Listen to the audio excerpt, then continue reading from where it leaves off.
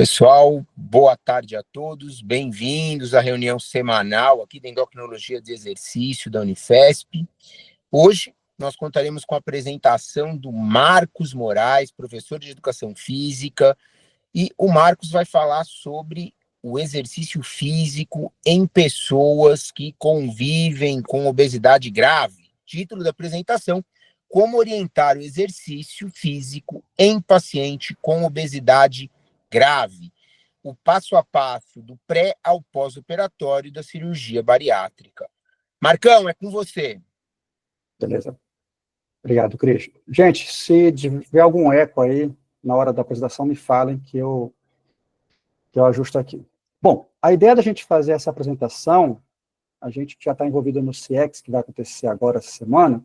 Eu resolvi trazer um pouco do spoiler da minha aula que eu vou apresentar no CX nessa próxima sexta-feira agora. Então, o que acontece? Eu reuni aqui alguns saberes sobre a questão da orientação do exercício físico. É óbvio que, para quem eu estou falando de casa, né, aqui do nosso ambulatório, tem muita coisa que a gente já sabe, que a gente fala no nosso cotidiano, que a gente já, né, enfim, estipula muito. Mas como tem muita gente nova aqui, tem pessoal da Universidade do Pará também, tem alguns convidados, então é importante a gente conceituar algumas coisas para ficar no mesmo parágrafo, né? Então, vamos lá. A ideia da gente iniciar isso aqui seria como orientar um profissional especificamente da educação física, mas também um profissional geral que vai trabalhar com exercício físico, que vai orientar o exercício físico ou numa equipe multidisciplinar de cirurgia bariátrica, na parte clínica que vai indicar para fazer uma cirurgia bariátrica, esse paciente que vai fazer o passo a passo da preparação para a cirurgia bariátrica até as fases do pós-operatório. Bom, para início de conversa, como eu falei para vocês, para a gente ficar na mesma página aqui, no mesmo parágrafo, eu listo 4 passos, né, que a gente precisa fazer no tratamento, que são, de novo, eu sei que para quem é de casa, né, a galera do ambulatório, o povo que está aqui, isso aqui já é o beabá nosso, mas é muito importante a gente frisar isso aqui, cada vez mais a gente focar nessa questão, sobre acolher com empatia e não colocar o estigma da obesidade no paciente, quando a gente está recebendo esse paciente, o paciente já vem de um histórico de muita luta, muito preconceito, muita batalha contra o estigma. Então, o primeiro passo é acolher esse paciente sem julgar. O segundo passo, aí seria a questão clínica mesmo, fazer a anamnese, o histórico familiar, identificar o ambiente obesogênico que ele está envolvido, não somente conceituar e tirar o peso do paciente, porque ele vem com a ideia de que a obesidade é culpa dele, que ele é sem vergonha, que ele tem falta de vontade, ele vem com conceitos muito cristalizados. Então, a ideia de conceituar a obesidade para esse paciente logo de cara é para tirar essa culpa, porque a gente sabe que a culpa gera sofrimento. E o segundo passo já seria fazer a parte de análise externa, né, onde ele está inserido. E aí, partindo por essa primícia, a gente vem e vai começar a traçar os cálculos de metas, explicar o passo a passo do tratamento, até porque a gente sabe que quando o paciente tem a noção inteira da jornada que ele precisa percorrer, a gente tem mais chance de adesão ao tratamento. Então, a gente explica o passo a passo desse tratamento para calcular essas metas e traçar um plano de ação. E, por último, mas não menos importante, a gente precisa estar inserido num contexto de equipe multidisciplinar, uma equipe transdisciplinar de preferência. Então, dizer para esse paciente que a gente é parte de um todo e que esse todo é o resultado que ele vai colher em longo prazo aí. Bom, no quesito da explicação para esse paciente sobre a jornada que ele vai traçar, então aqui eu vou traçar um histórico, uma linha do tempo para vocês, tá, pessoal? A gente precisa, quando recebe um paciente que está no processo preparatório para uma cirurgia bariátrica, então a primeira coisa que a gente vai explicar para esse paciente são os conceitos de para que serve o exercício físico, né? Qual é a função do exercício físico em todas as etapas que vão transcorrer aí esse preparo desse paciente do pré-operatório. Então, eu vou listar aqui 5 principais objetivos, né? A gente sabe que é atenuar a perda de massa muscular desse paciente, o exercício físico, ele vai melhorar as dores articulares, isso aí a gente fala muito, inclusive, para o pessoal da ortopedia, porque a gente encontra muito ainda médico que associa a dor do paciente, as queixas do paciente, única e exclusivamente ao excesso de peso. e a gente explica ao paciente que se ele não tiver um fortalecimento muscular, uma melhora da estrutura articular, mesmo perdendo peso, ele vai ter uma dificuldade em redução de dores articulares. Então, a melhora das dores articulares, ela acontece também pela perda de peso, mas principalmente pelo fortalecimento das estruturas.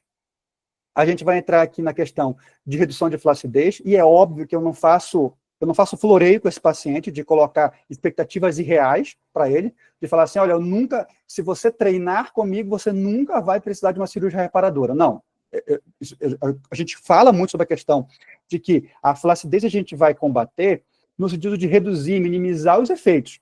Até porque isso depende do tempo de obesidade desse paciente, do grau de obesidade que esse paciente teve, de composição genética, da idade, do tipo de condicionamento físico que ele vai ter no pós-operatório. Então, tem uma série de fatores aí envolvidos. Mas o que eu falo muito para eles é o seguinte, se você melhorar seu tônus muscular, mesmo que você precise de uma cirurgia reparadora, o tônus de pele que restar, o excesso de pele que você vai retirar vai ser menor e o tônus de pele que restar vai ser de muito melhor, de muito mais qualidade.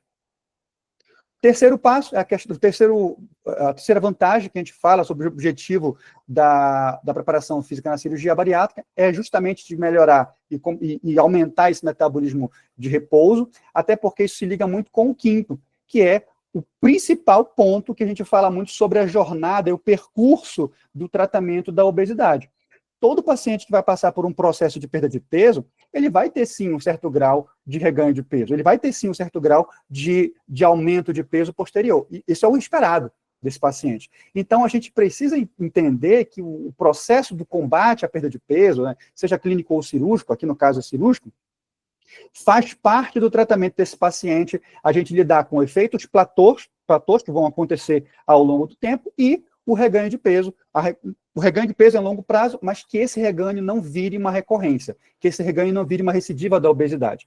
E onde que a gente vai identificar isso aí?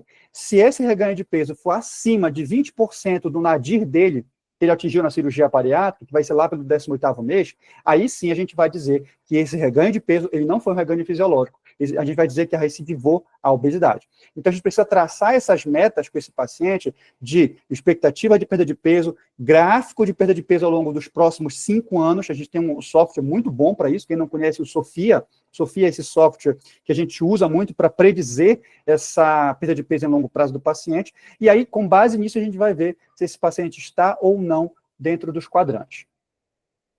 Bom, ainda continuando sobre a questão da preparação desse paciente para a cirurgia, a gente fala o seguinte, quanto mais bem preparado esse paciente for para a cirurgia bariátrica, melhores os resultados do transoperatório, do pós-operatório imediato e do pós-operatório tardio. Então, a gente vai ver, e a relação é muito mais forte no pós-operatório imediato, né? A gente vai ver, por exemplo, que se o paciente chega muito descompensado, muito despreparado para a cirurgia, a gente vai perceber aqui que quanto menor nível de exercício físico no pré-cirúrgico, menor perda de peso, a gente vai identificar, a curva de perda de peso desse paciente vai ser um pouco alterada, né, para pior, nesse pós-operatório imediato, e aí ele vai começar a ter aquelas queixas que a gente vira e mexe vê nos grupos de WhatsApp, nos fóruns de Instagram, de Facebook, que são os pacientes se queixando, se arrependendo da cirurgia bariátrica. E o que a gente sempre diz para as pessoas é o seguinte, olha, a cirurgia, o tratamento da cirurgia bariátrica, ele não foi feito para deixar você pior do que você veio para profissional. A ideia de você fazer uma cirurgia é para transformar a sua vida para melhor. Então, assim, não é comum você dizer assim, eu estou com a cara envelhecida, porque é da cirurgia mesmo. Eu estou com queda de cabelo porque é assim mesmo, da cirurgia. Eu estou com mais flacidez porque... Não, se você está com esses sinais e sintomas, é importante que você trate. É importante que a gente modele o que você está fazendo, o que foi que aconteceu, para a gente conter esses avanços aí de malefícios, de resultados não esperados da cirurgia. E aqui, eu falo muito isso na consulta, né? A gente vê muito a questão da cirurgia robótica hoje em dia. A cirurgia robótica não tem tanta diferença da cirurgia bariátrica convencional, a não ser a questão da melhora da qualidade técnica para o cirurgião. Não vai ter tanta diferença assim na técnica cirúrgica, mas para a qualidade de vida do cirurgião, é milhões de vezes mais cômodo, mais fácil para ele. Mas ainda não é uma realidade, os convênios não fazem essa cobertura. Então, assim, o que a gente vai ver hoje em dia é o seguinte, o que eu falo muito, para o paciente, a gente precisa ajudar o cirurgião na hora da cirurgia. Então, assim, é importante esse paciente perceber, por exemplo, que no transcorrer da cirurgia, um fortalecimento de parede abdominal ótimo, ou mais próximo do ótimo, ajuda o cirurgião no transcorrer do processo do operatório. Nesse caso, a gente vai olhar, por exemplo, o seguinte, eu sempre explico para o paciente que ele vai tomar 5 facadas na cirurgia, e esse processo, é um processo danoso, vai ter injeção de gás carbônico na cavidade abdominal, ele vai ter que passar 1 hora com o fígado sustentado durante a cirurgia, porque a cirurgia acontece embaixo do fígado. Então, toda uma cavidade de parede abdominal vai ser manipulada durante a cirurgia, e aí, quanto mais bem preparado esse paciente for para o transcorrer cirúrgico, melhor para o cirurgião e melhor para esse paciente. Por quê? Porque a gente sabe o seguinte, que a gente vai ter essas 7 camadas aí de perfuração, né? Pele, tela subcutânea, toda a parte da musculatura, o peritônio, a face, para chegar nas vísceras, e isso aí vai demandar um tempo de cicatrização, isso vai demandar a questão de, né, a gente pode identificar algumas certas aderências no pós-operatório. Então, assim, quando esse paciente chega mais bem preparado, quando eu digo bem preparado, por exemplo, orientar esse paciente a perder 5% do peso corporal pré-cirurgia, isso alivia o tamanho do fígado desse paciente. A gente vai perceber que esse paciente teve um tamanho de fígado reduzido, e isso facilita o transcorrer da cirurgia para o cirurgião, né? Então, imagina você ficar 1 hora sustentando esse fígado aqui com uma espátula, o quanto que isso pode gerar, né, de grau de certo desconforto para o organismo. E a gente sabe, por exemplo, a gente está falando sobre as melhoras de parâmetros para o transoperatório, que se esse paciente perde peso, ele reduz o tamanho de fígado e ele fortalece a musculatura de parede abdominal, essas valências positivas acontecem, né? Então, assim, menor quantidade de gás carbônico vai inserir na cavidade abdominal, então menos dor de gases esse paciente vai ter no pós-operatório. E vejam, quanto mais gases a gente injetar nesse paciente, porque tem que despregar as vísceras da parede abdominal para poder fazer a cirurgia. Então, quanto mais gás você injetar, quanto maior o tempo da cirurgia para esse paciente, mais desconforto e mais queixa de dores esse paciente vai ter no pós-operatório. Então, ele vai acionar mais a equipe, vai acionar mais o plantonista, vai acionar mais a equipe de enfermagem, a equipe de fisioterapia do hospital, porque ele vai se ver de dor, vai querer tomar mais medicamento no hospital. E, inclusive, isso aí é a questão de piora de internação, né? A gente fala muito sobre a questão de alta ótima, alta precoce, né? O hospital vai ter que ficar mais um dia de hospedagem desse paciente no hospital, então isso vai encarecer os custos para o hospital. Até isso a gente vai perceber de piora de desfecho para esse paciente. Então, quanto mais bem preparado, a gente vai perceber menor tempo cirúrgico, redução de gordura visceral, menor tamanho do fígado, inclusive menor risco de uma perfuração hepática e maior possibilidade de uma alta precoce aí para esse paciente. Bom, então fizemos a linha do tempo da preparação para a cirurgia, esse paciente operou. Uma vez que a gente preparou esse paciente para fazer uma cirurgia bem feita, uma cirurgia segura, e teve uma alta ótima, aí vem a pergunta, então, quanto tempo após a cirurgia bariátrica esse paciente pode voltar às suas atividades? Eu sempre digo o seguinte, a cirurgia bariátrica é uma cirurgia hipercinética, ou seja, a gente demanda que esse paciente esteja em movimento. Eu trabalho com alguns cirurgiões que eles falam brincando, mas a verdade é essa, né? Que eles falam assim, olha, se eu pudesse, eu tirava até a cama do paciente, até a maca do paciente do leito hospitalar, só para esse paciente não deitar, não ficar sentado. Ele tem que ficar o tempo todo em movimentação. A importância desse paciente ficar em movimentação vai se dar pela melhora da recuperação, a recuperação mais rápida desse paciente no pós-operatório.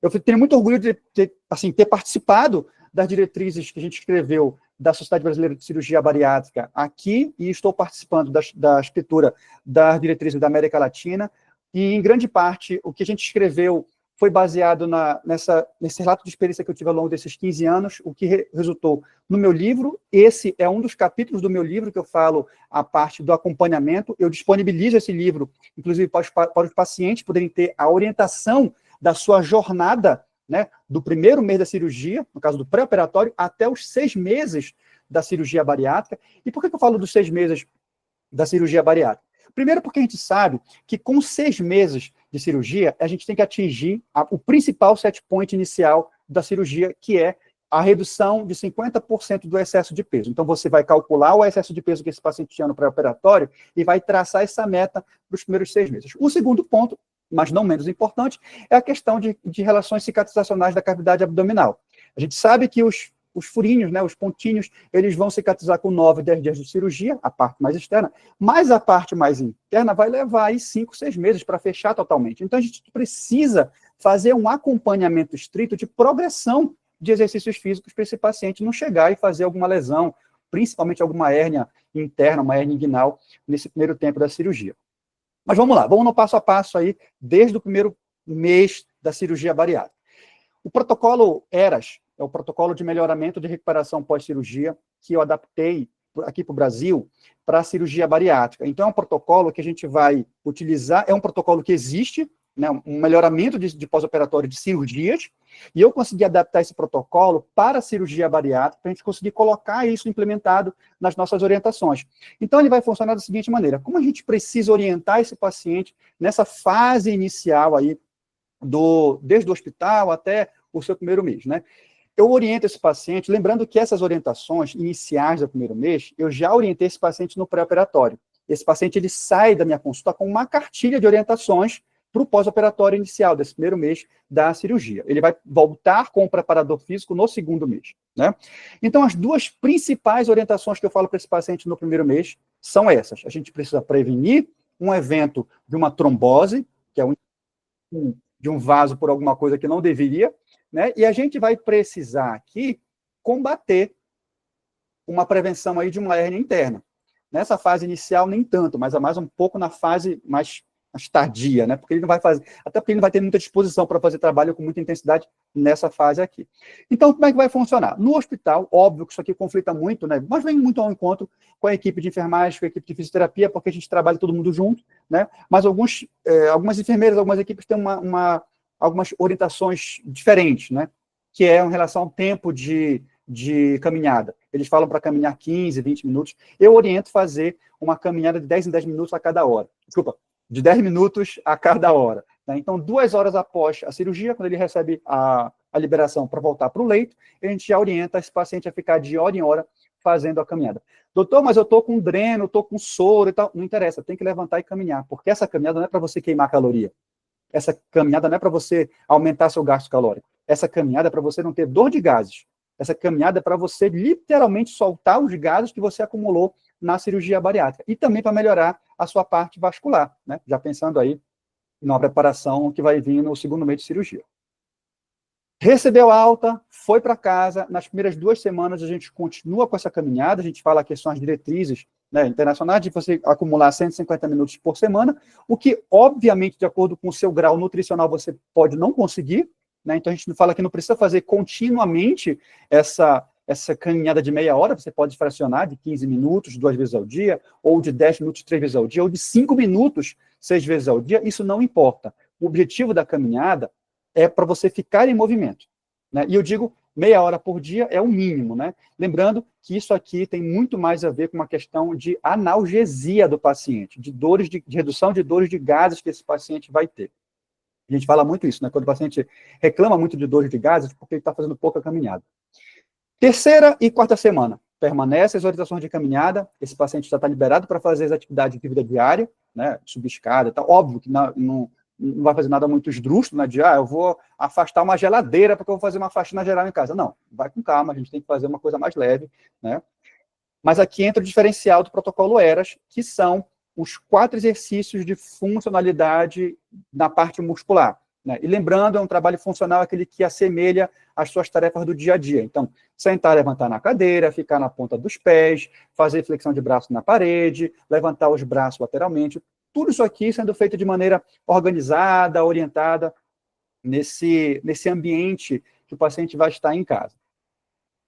Bom, aí esse paciente tem a gente fala sobre a questão de contraindicação, né? Nessa fase inicial, principalmente, eu até digo que até o segundo mês da cirurgia bariátrica permanecem essas contraindicações de exercício físico que faça muita força de compressão na parede abdominal, exercício de impacto, né? Vai tomar uma pancada aí de uma arte marcial, ou esses invencionismos que a gente vê aí na internet, né? Vou copiar o treino da Anitta, porque ela viu o treino da Virgínia tem a barriga chapada. Não, calma, não é por aí que a gente vai orientar você, né? A gente fala que o tratamento da obesidade, ele é muito mais abrangente do que somente o emagrecimento, né? Então, é um ponto que a gente vai vai diretamente acompanhar esse paciente. E lembrando, né, a gente tem muita ligação com a nutrição, então a gente fala muito que a progressão dos exercícios físicos tem que estar diretamente e intimamente ligada à progressão da dieta desse paciente ao longo do processo do pós-operatório. Então, os primeiros 2 meses do pós-operatório, eles são muito importantes justamente para a gente manter esse contato com a Nutri, para poder calibrar o tipo de exercício físico, a intensidade que esse paciente vai ter com o exercício físico, mas sem muita pressa, né? A gente não pode parar, mas também não precisa ter muita pressa de fazer essas progressões aí. É óbvio que tem alguns pacientes que querem, fogem da curva, né? São pacientes que já praticavam atividades físicas antes da cirurgia, o que é um pouco raro, mas tem alguns que faziam essa atividade e já querem voltar com muita ânsia, né, para praticar. E também tem aqueles que, por ansiedade, nunca praticaram nada e já querem aderir a um programa, porque estão se sentindo muito motivados com perda de peso muito rápida, e etc, etc. Isso é muito bom, eu não desencorajo, só que a gente precisa colocar alguns freios aí, colocar algumas calibragens aí ao longo do processo. Bom, e aí vem aquela pergunta, né? O paciente, então, agora, acompanha, pessoal, comigo. A gente preparou o paciente para a cirurgia, o paciente fez a cirurgia, ele fez toda a parte do acompanhamento do primeiro mês do pós-operatório da cirurgia bariátrica, e ele está voltando agora com a equipe, está voltando aqui com o preparador físico, por exemplo. E aí a primeira pergunta que vem, esse paciente ele pode fazer abdominal? Né? A primeira pergunta que vem é essa. A resposta é, ele pode e ele deve. A gente fala muito sobre a questão do quanto que o fortalecimento de parede abdominal ele vai ser fundamental para a prevenção de hérnias internas, para estabilizar os órgãos internos e para a melhora da circulação e da postura. Então, ele pode e ele deve. No entanto, a gente vai ter que inserir isso aí ao longo de um contexto no pós-operatório. E como eu disse para vocês, pessoal, isso aqui faz parte do capítulo que eu escrevi no livro, né? Então, a gente vai ver toda a progressão, o passo a passo dos primeiros 6 meses. A gente está aqui, então, no 2º mês. Eu sei que pode ser um pouco monótono para quem não é da área da educação física, mas é só para vocês entenderem que existe uma recomendação, existe uma progressão, né, na parte da prescrição, que a gente sempre divide nos 2 primeiros quadrantes, nos principais quadrantes, que é a parte aeróbica e exercício físico de força. Essa prescrição, pessoal, ela vai obedecer, ela não é uma regra engessada, mas ela é um roteiro onde o preparador físico ele pode orientar, olha, vamos trabalhar um pouco por aqui, eu vou adequar um pouco melhor o exercício físico aqui, lembrando que cada caso é um caso, e a gente vai identificar isso aí, você vai identificar, você preparador físico, vai identificar a necessidade do seu aluno. Então a gente divide aqui, ó, o tipo de exercício, a frequência que ele vai fazer, a intensidade que ele vai levar e o local onde ele vai exercer esse exercício físico, né? Então cada fase aqui vai ter essa parte de orientação. A gente coloca assim, então a frequência na parte inicial do 2º mês, 3 a 5 vezes por semana de trabalho aeróbio, intensidade leve, na parte de treinamento de força, de 2 a 3 vezes por semana. Eu gosto de prescrever o treinamento full body, principalmente nessa fase agora, até porque é um treinamento que ele não vai sobrecarregar tantas variáveis por grupamento muscular, mas a gente consegue manter uma adesão melhor para esse paciente, ao longo da semana, então ele vai malhar aquele grupo muscular mais vezes na semana, e isso aumenta o volume desse paciente, a densidade do treino em longo prazo, né? Uma intensidade leve, ele pode fazer em casa ou na academia. Se for fazer em casa, é importante que ele tenha uma orientação. A gente aqui usa, no nosso time, a gente usa o aplicativo de treino que tem vídeos mostrando como ele faz a parte do exercício físico. Esse paciente ele pode ter a orientação para se corrigir com a parte de vídeos e também ter equipe de personal online.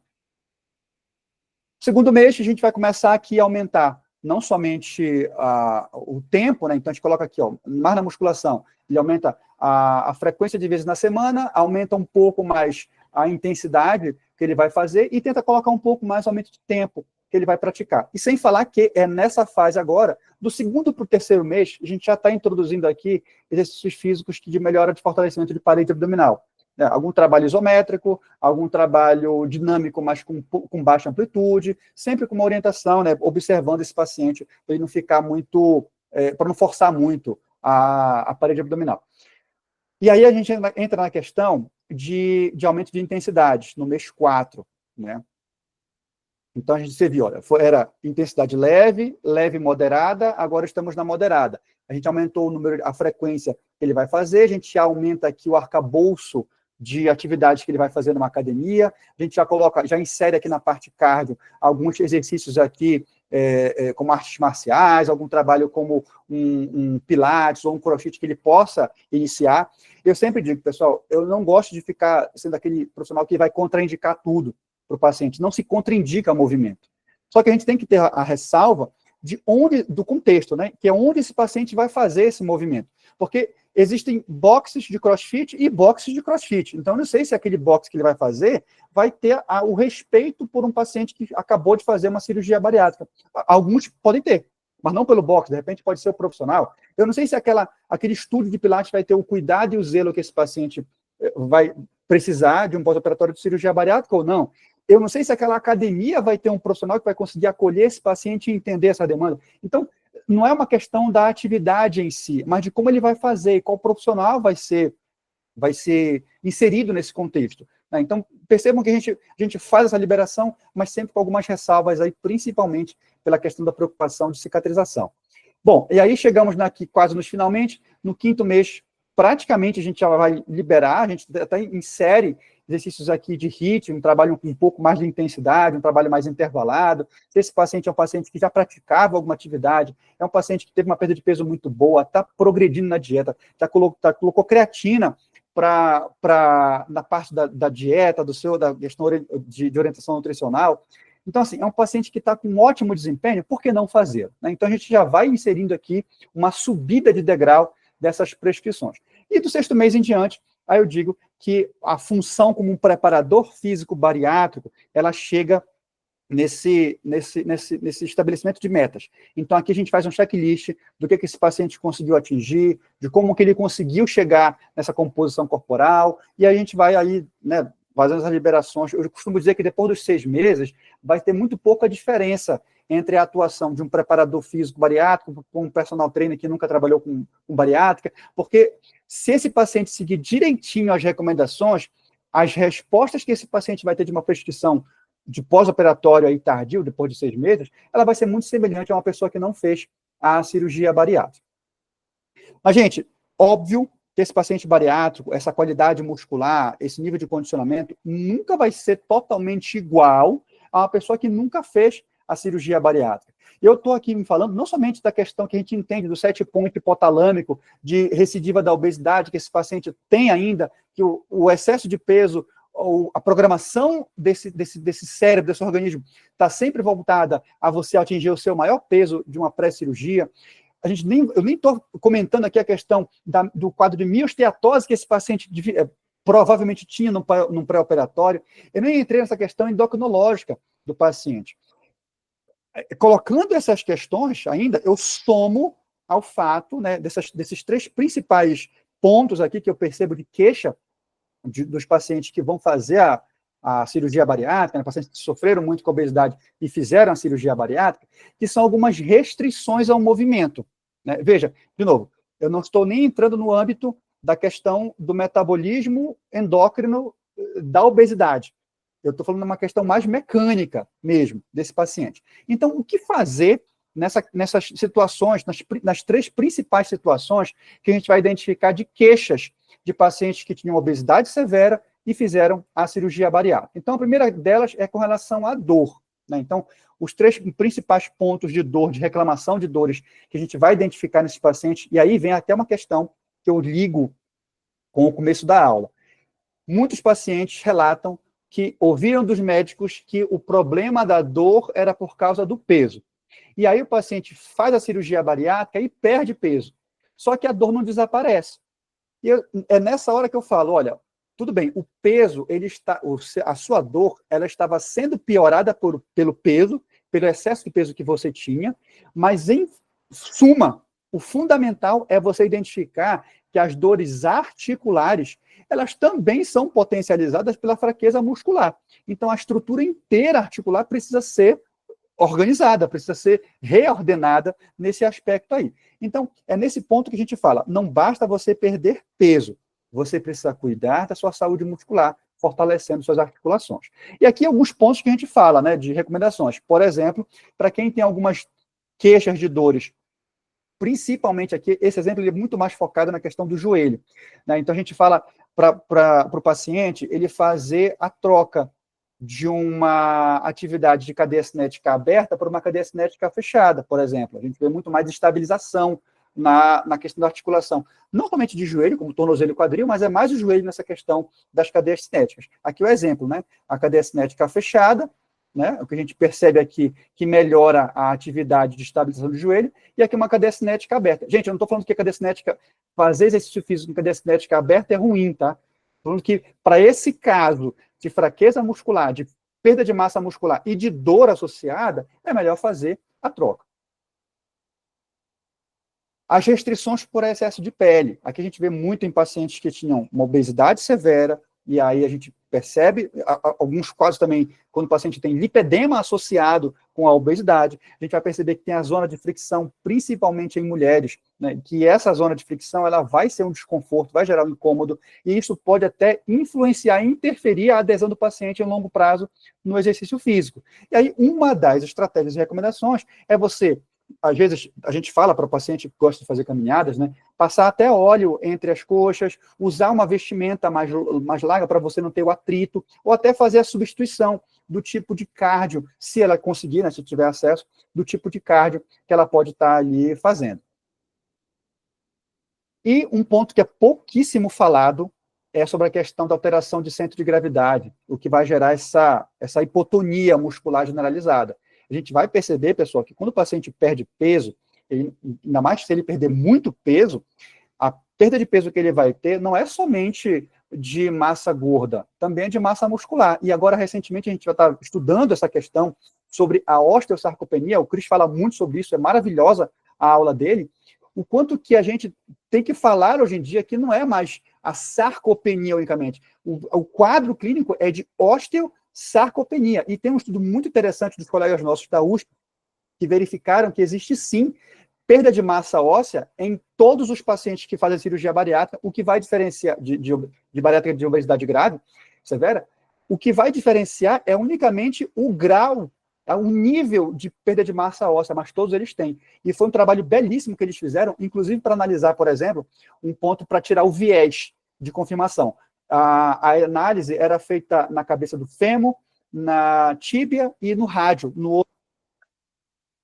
E o fato do paciente ter perdido massa óssea na cabeça do fêmur e na tíbia poderia dar um falso negativo, né, um falso positivo no caso, né, de quadro, porque ele poderia dizer assim, não, mas essa massa óssea que ele perdeu foi por questão de redução de atrito, redução de impacto. E o fato dele ter perdido também massa óssea no antebraço foi um dado incrível que a gente conseguiu diagnosticar para poder dizer que existe sim uma perda de massa muscular e de massa óssea em pacientes que fizeram cirurgia bariátrica que tinham a obesidade severa. Então, a gente precisa orientar esse paciente de que essa perda de estrutura geral, né, desse paciente vai precisar fazer um reparo. E aí, o reparo vai ser, neste caso, a recuperação muscular. Um dos pontos centrais aqui que a gente fala é o nosso core. A gente fortalece, óbvio, isso aqui é só uma ilustração, tá, pessoal? Não é para fazer isso aí para o paciente. Mas para vocês entenderem que existem movimentos estáticos e dinâmicos que você pode orientar o paciente a fortalecer essa musculatura. E essa musculatura, um core bem estruturado, ele potencializa a produção de força em trabalhos de membro, tanto de superiores quanto de inferiores. Então, você quer ficar mais forte no supino? Você quer levantar mais peso no agachamento? Você quer fazer mais zona de press? Você quer correr melhor? Melhore seu core. Né, melhore o seu centro de massa, fortaleça sua estrutura de eixo axial. Eu fiz aqui um resumão, pessoal, das principais recomendações, que é uma revisão sistemática, que eu sempre gosto de apresentar. Eu não vou tratar todas elas aqui, então fiz um resumo para vocês entenderem. Por quê?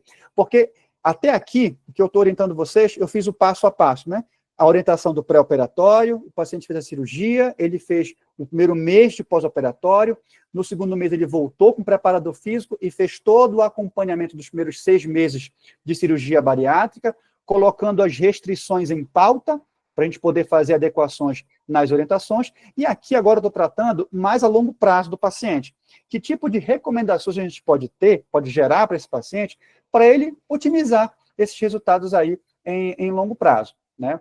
Então, o que a gente vai perceber aqui, ó, resumidamente falando para vocês, pessoal, em termos de intensidade, cargas altas e baixas, elas vão ser necessárias para você fazer o seu planejamento. Então, se você é preparador físico, faça um treino periodizado. Se você não conseguir fazer um treino periodizado para o seu paciente, pelo menos você tenta organizar uma miscelânea de cargas altas e baixas como parte integrante do seu programa de treinamento.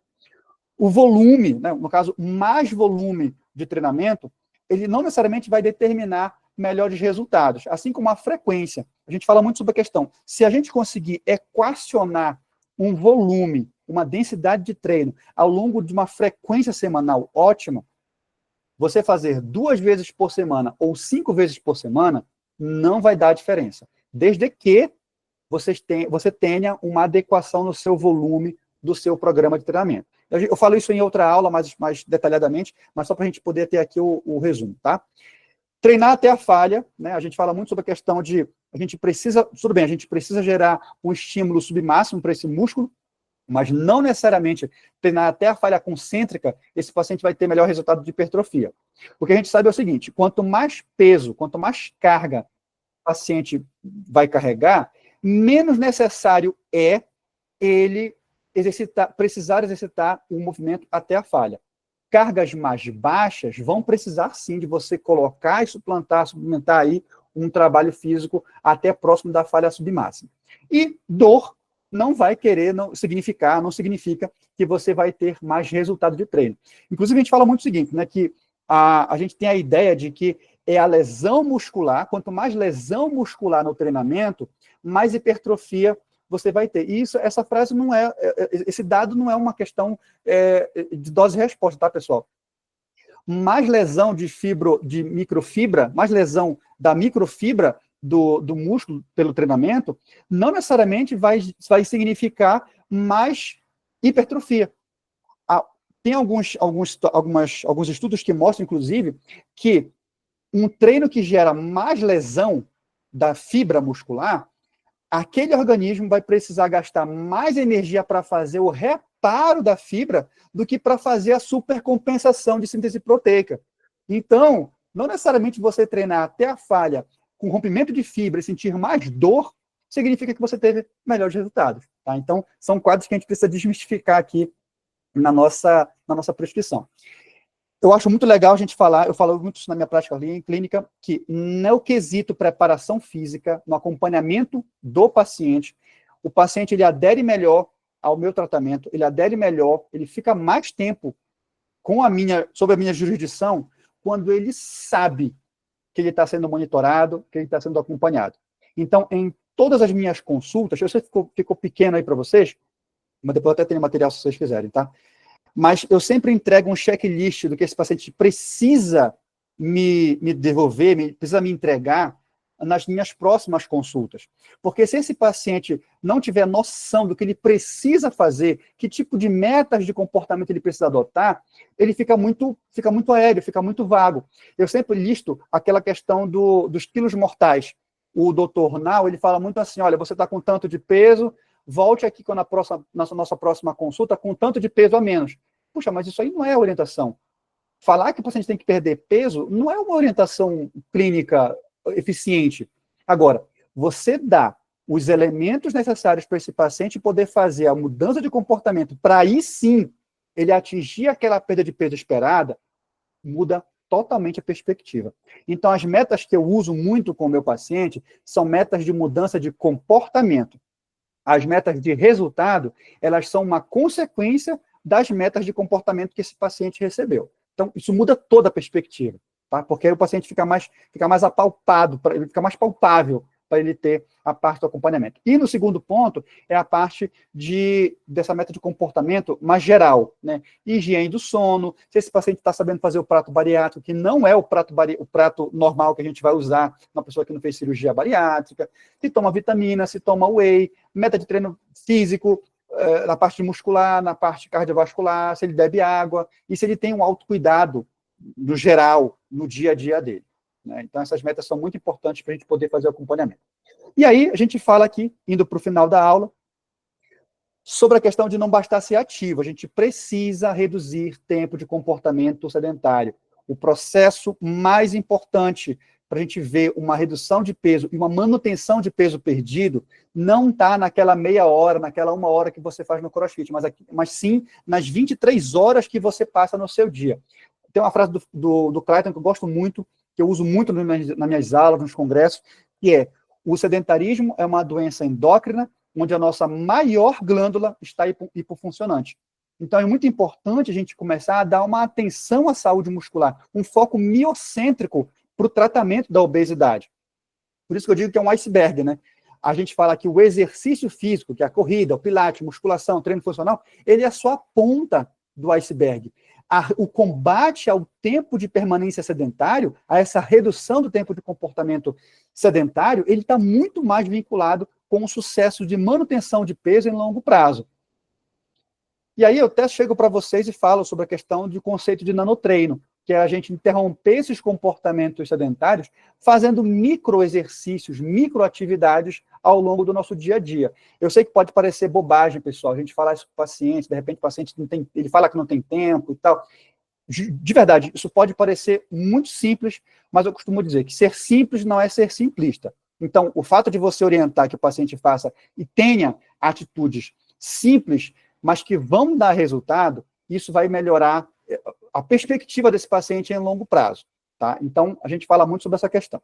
E com relação à questão da aderência, né, ao exercício físico, a gente não pode ser taxativo de falar assim, tem que fazer musculação, tem academia, né, tem que ser um treino ótimo. Porque a gente sabe que a gente está lidando com pessoas que, primeiro, vivem num ambiente obesogênico, sofrem muito preconceito, a academia não é um ambiente agradável, é um ambiente hostil para essas pessoas. 90% dos meus alunos, dos meus pacientes da bariátrica não frequentam a academia porque tem péssimas experiências. Então, a experiência afetiva, a psicologia fala muito isso, né? Uma resposta afetiva positiva reforça um comportamento. Então, quando você faz alguma coisa e tem uma recompensa afetiva positiva, você repete. Por esse motivo, tem uma relação muito intrínseca entre a psicologia, a nutrição e o exercício físico. Nesse âmbito, o que a gente vê? Que quando o paciente ele faz exercícios físicos, que ele gosta do que está fazendo, ele está feliz com a sua jornada, ele consegue entender o motivo do que ele está fazendo, e ele fez alguma coisa que ele escolheu fazer, as escolhas alimentares desse paciente são melhores. Ele opta por melhores escolhas alimentares. Do contrário, quando esse paciente faz um exercício físico imposto, alguma coisa que ele não está a fim de fazer, ele está indo para a academia na força do ódio, tenha certeza que as escolhas alimentares, o comportamento de escolhas que esse paciente vai ter em relação à alimentação, elas são muito voltadas para um padrão compensatório, do tipo, já que eu me exercitei, fiquei me matando na academia, eu mereço comer isso aqui hoje, ou de tarde, ou no fim de semana, eu mereço já cá. Então, é muito importante a gente entender essa psicologia de respostas afetivas para o exercício físico. Por isso que eu digo também a questão, aqui focado um pouco mais na questão do exercício físico, para o preparador físico poder orientar o paciente sobre a pirâmide de prioridade que deve ter um programa de exercício físico. Eu falo muito isso no meu livro, que eu digo o seguinte, acompanha comigo, pessoal, da base para o topo. Quando eu vou inserir um programa de exercício físico, eu preciso primeiramente identificar o seguinte, inserir algo que faça parte da rotina desse paciente baseada no contexto que esse paciente vive. Então, se o paciente pega 3 conduções para ir para o trabalho e 3 para voltar, e mora num local perigoso que alaga, como é que eu vou dizer para esse paciente que tem que ir para uma academia? Esse paciente tem uma tripla jornada de trabalho, esse paciente tem uma academia que é muito caro, onde ele mora. Então, qual é o contexto que esse paciente está inserido para eu poder melhor orientar o tipo de atividade? Uma vez que eu oriento a questão do exercício físico baseada no contexto, e ele consegue colocar isso na rotina, eu subo. E aí eu vejo a questão da resposta afetiva positiva, de tentar organizar alguma coisa baseada no contexto que gere uma resposta positiva para esse paciente que ele se sinta bem fazendo. Uma vez que eu consigo contemplar isso aí, eu subo um pouquinho mais, que já é focado no exercício físico. Aí sim, a questão de promover algo que gere um aumento de gasto calórico. Uma vez que ele consegue fazer os 3 primeiros quadrantes de base, eu subo mais para o topo. E aí sim, algo que otimize o metabolismo de repouso. E aí que eu estou falando de musculação, de crossfit, academia. Veja, eu só comecei a falar de academia com esse paciente lá no topo da pirâmide. Não é lá na base. Na base, eu estou identificando o contexto desse paciente, o dia a dia desse paciente, para poder entender como é que eu posso combater nesse paciente o sedentarismo. E, sem mais delongas, que eu estou falando demais, eu só queria deixar com vocês a mensagem final, que é já para a ideia de você comentar com o paciente as ideias que a gente tem hoje em dia, que são imersas em umas bobagens que a gente vê na internet, em rede social, Instagram, principalmente voltadas ao emagrecimento, ao exercício físico, que é: tenha força de vontade, acorde 5 da manhã e vá fazer a sua academia ouvindo Café com Deus Pai. Esse tipo de recomendação, pessoal, ele pode pegar muito para um certo tipo de público, mas para o público que tem, para o nosso público, que é a grande maioria, que é de classe trabalhadora, que mora longe, que tem tripla jornada, que é mãe solo, todo esse processo precisa ser levado em consideração. Então, não é sobre ter força de vontade. Eu queria trabalhar com vocês somente esse quadro aqui, que é chamado O Pacto de Ulisses. Para quem não conhece essa história, é uma história bem interessante, que está na mitologia grega, que é sobre a Odisseia, que fala sobre os 10 anos de volta para casa de Ulisses para Ítaca, né? Odisseu, né? Odisseia, Odisseu é em grego, Ulisses é em romano. E o Pacto de Ulisses é uma analogia que a gente faz que a gente pode fazer para o nosso dia a dia por questões de organização, disciplina e força de vontade. O que significa o Pacto de Ulisses? Bom, a história é o seguinte: Ulisses e seus navegantes estavam passando pelo desfiladeiro, onde eles sabiam que teriam as sereias. E as sereias faziam os cantos delas. E os cantos das sereias eram cantos que ludibriavam os homens, encantavam os homens, e eles se atiravam ao mar e elas devoravam. Né? Você pode ver no quadro aí que tem pessoas mortas aí, né? E Ulisses queria escutar o canto das sereias, ele queria ser o único mortal a conseguir escutar o canto das sereias e permanecer vivo. Ele orientou os seus tripulantes a colocarem cera nos ouvidos para não escutarem e continuarem remando. Orientou seus tripulantes a que eles amarrassem ele no mastro do navio. Ele disse: eu não vou suportar, eu vou ordenar que vocês me soltem, eu vou dizer para vocês, eu vou ameaçar vocês de morte se vocês não me soltarem. É importante que vocês entendam que tudo o que eu falar será um delírio.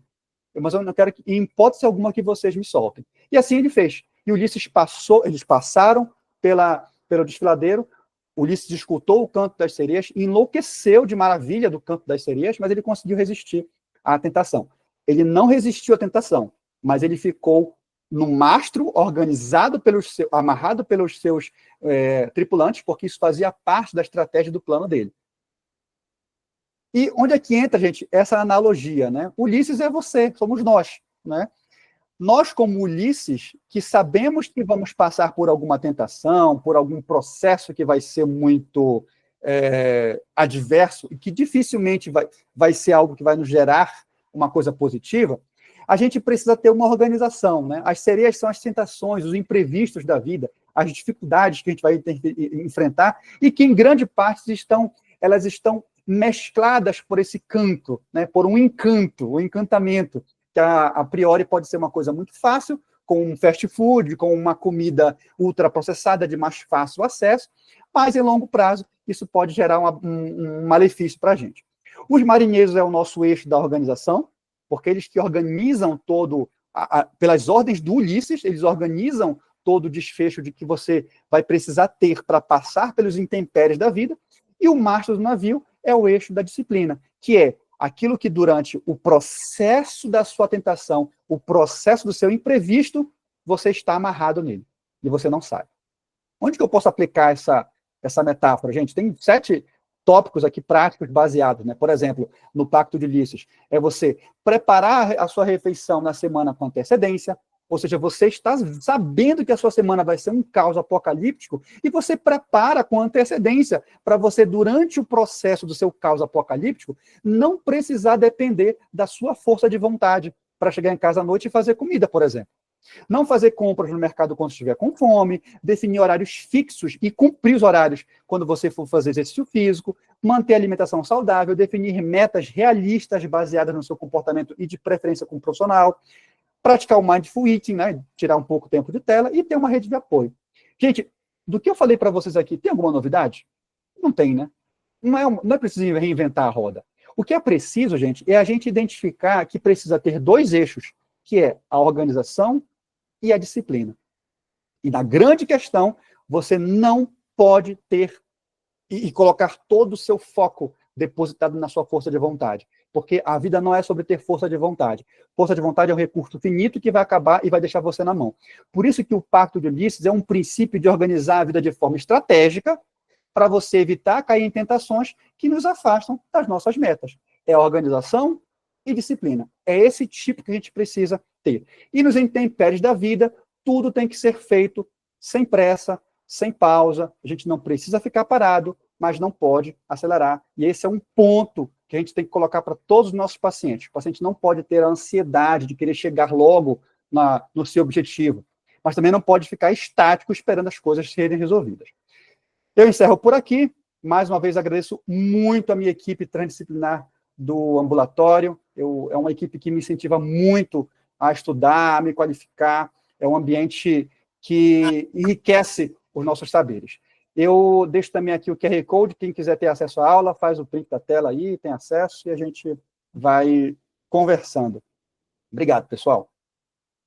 Marcos, parabéns, é um prazer tê-lo na equipe também. Aprendemos sempre muito com você, meu. Parabéns pela apresentação, foi uma aula que você pode ver, durou 50 e poucos minutos e ninguém saiu. Isso é muito importante, é muito interessante. Aula brilhante, como sempre, com princípio, meio e fim, extremamente didática, com alguns dados próprios teus. Isso, sem dúvida, agrega valor aí para a apresentação. E nós temos 5 minutos para a nossa discussão aqui, para depois organizarmos o ambulatório. Quem tem pergunta, pessoal?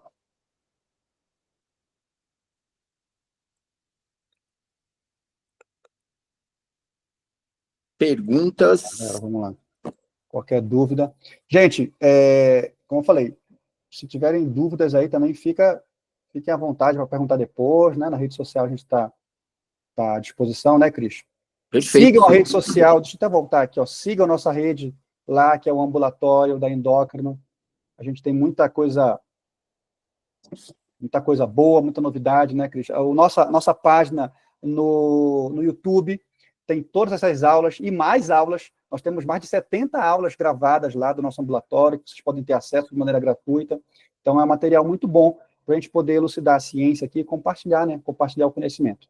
Tem uma pergunta. Ô, Rodrigo, pode abrir o microfone aí, pode fazer a pergunta para o Marcos.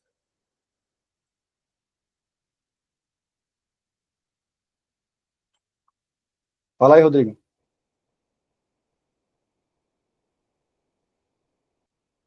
Não vai dizer que levantou a mão sem querer, que agora vai ter que perguntar, né, Cris? A gente é assim.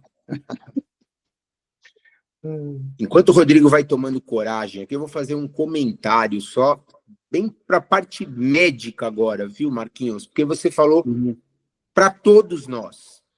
Deu uma ênfase para a educação física, mas você fez com que todos nós entendêssemos. Agora, falando da parte médica, é interessante que, com exceção de cuidados pré- e pós-operatórios e de quando o paciente faz o bypass, que envolve a desabsorção, o médico em geral, e claro, eu acho que toda equipe de saúde pode entrar nisso também, nós temos que estar preparado para cuidar desses pacientes no que tange aí a parte de alimentação, exercício, principalmente foi o que você trouxe, Marcos, com os novos medicamentos disponíveis, os poliagonistas, né? Os cuidados, eles vão ser, obviamente que não iguais, porque não tem o ato cirúrgico em si, né? Você falou muita coisa de pré, pós, muito interessante, mas os cuidados com relação à manutenção de massa magra, com relação à adesão, ao Pacto de Ulisses, ele, daqui a alguns anos, talvez décadas, quando esses medicamentos eles baratearem, muito provavelmente vai ser o nosso dia a dia, essa perda de 20%, 30%, 40%, às vezes, de peso bruto, né?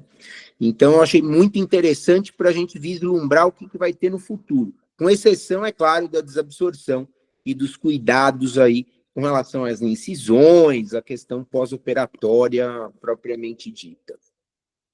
E é interessante, nossa, o futuro é isso, né, Cris? Vai ser uma coisa que o Caio falou na reunião retrasada foi a questão do quanto que, assim como a hipertensão, a gente também vai ver na obesidade vários tipos outros de medicamentos, não somente os análogos, né, de GLP-1, mas outras classes, né?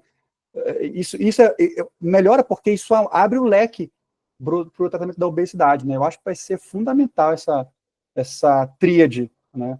Nós, como educadores físicos, com a parte... Tríade não, né? Pilar, né? Nós, educadores físicos, os psicólogos, as nutris, os endócrinos, todos. Né? Bom, Marcos, só quero agradecer você por hoje. Acho que todos aprendemos muito, muito importante o tipo de assunto esse que você abordou conosco aqui, e com certeza abordará brilhantemente no CIEX também. E antes da gente finalizar, eu só vou, claro, parafrasear você aqui, que a gente vai ter que tentar adaptar esse Pacto de Ulisses para essas pessoas que acabam colocando o chip da beleza, acabam entrando nessa de esteroide anabolizante em academia, homens e mulheres, enfim. Vamos pensar num negócio desse aí também. Mas muito obrigado pela apresentação de hoje. E aí a gente pode encerrar a reunião. Maravilha, pessoal. Obrigado, gente.